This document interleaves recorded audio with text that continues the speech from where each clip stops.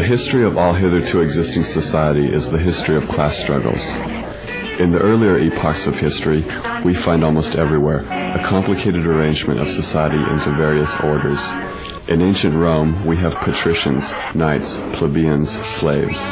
In the Middle Ages, feudal lords, vassals, guildmasters, journeymen, apprentices, serfs.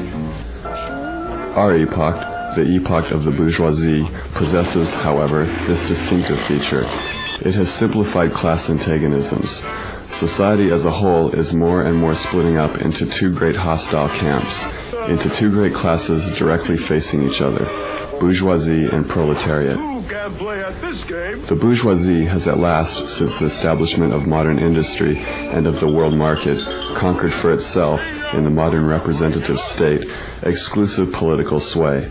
The executive of the modern state is but a committee for managing the common affairs of the whole bourgeoisie. The bourgeoisie has stripped of its halo every occupation hitherto honored and looked up to with reverent awe. It has converted the physician, the lawyer, the priest, the poet, the scientist into its paid wage laborers. It has left no other bond between people than naked self-interest, than callous cash payment. It has resolved personal worth into exchange value, and in place of the numberless, indefeasible chartered freedoms, has set up that single, unconscionable freedom, free trade. In one word for exploitation, veiled by religious and political illusions, it has substituted naked, shameless, direct, brutal exploitation.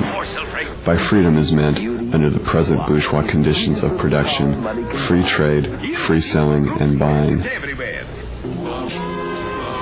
The need of a constantly expanding market for its products chases the bourgeoisie over the whole surface of the globe. It must nestle everywhere, settle everywhere, establish connections everywhere.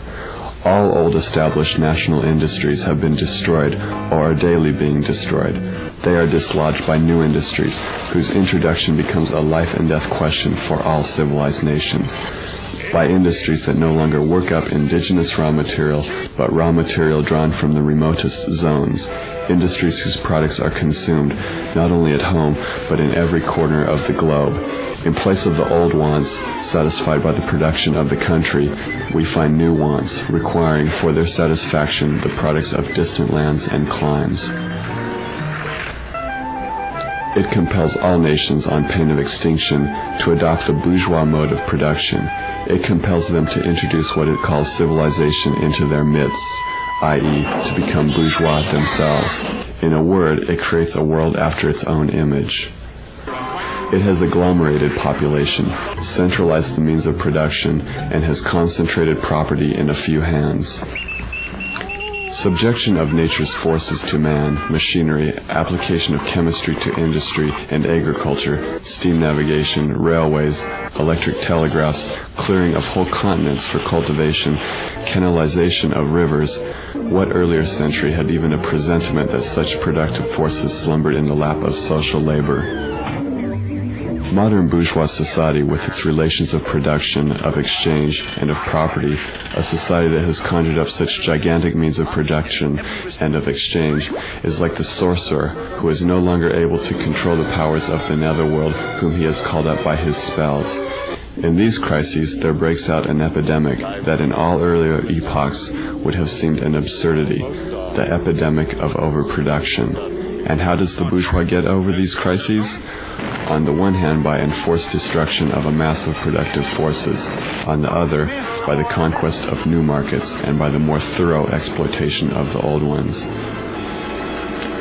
The various interests and conditions of life within the ranks of the proletariat are more and more equalized in proportion as machinery obliterates all distinctions of labor and nearly everywhere reduces wages to the same low level. The proletarian movement is a self-conscious, independent movement of the immense majority in the interests of the immense majority.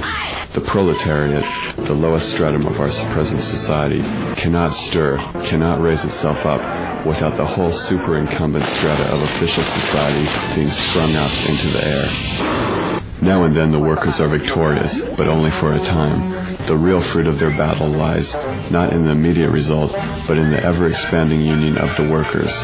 This union is furthered by the improved means of communication which are created by modern industry and which place the workers of different localities in contact with one another.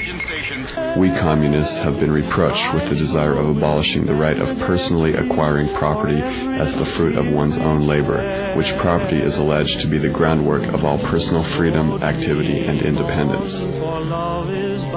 Hard-won, self-acquired, self-earned property? Do you mean the property of the petty artisan and of the small peasant? There is no need to abolish that. The development of industry has to a great extent already destroyed it and is still destroying it daily. You are horrified at our intending to do away with private property, but in your existing society, private property is already done away with for 9/10 of the population. Its existence for the few is solely due to its non-existence in the hands of the 9/10. Communism deprives no one of the power to appropriate the products of society. All that it does is to deprive him of the power to subjugate the labor of others by means of such appropriation. The bourgeois claptrap about the family and education, about the haloed correlation of parent and child, becomes all the more disgusting the more, by the action of modern industry, all family ties among the proletarians are torn asunder, and their children are transformed into simple articles of commerce and instruments of labor. The bourgeoisie has torn away from the family its sentimental veil, and has reduced the family relation to a mere money relation. Nothing is more ridiculous than the virtuous indignation of our bourgeois at the community of women which, they pretend, is to be openly and officially established by the communists. The communists have no need to introduce community of women. It has existed from time immemorial. The workers have no country. We cannot take from them what they have not got. Political power, properly so called, is merely the organized power of one class for oppressing another. In place of the old bourgeois society, with its classes and class antagonisms, we shall have an association in which the free development of each is the condition for the free development of all. The communists disdain to conceal their views and aims. They openly declare that their ends can be attained only by the forcible overthrow of all existing social conditions. Let the ruling classes tremble at a communist revolution. The proletarians have nothing to lose but their chains. They have a world to win. Workers of all countries, unite.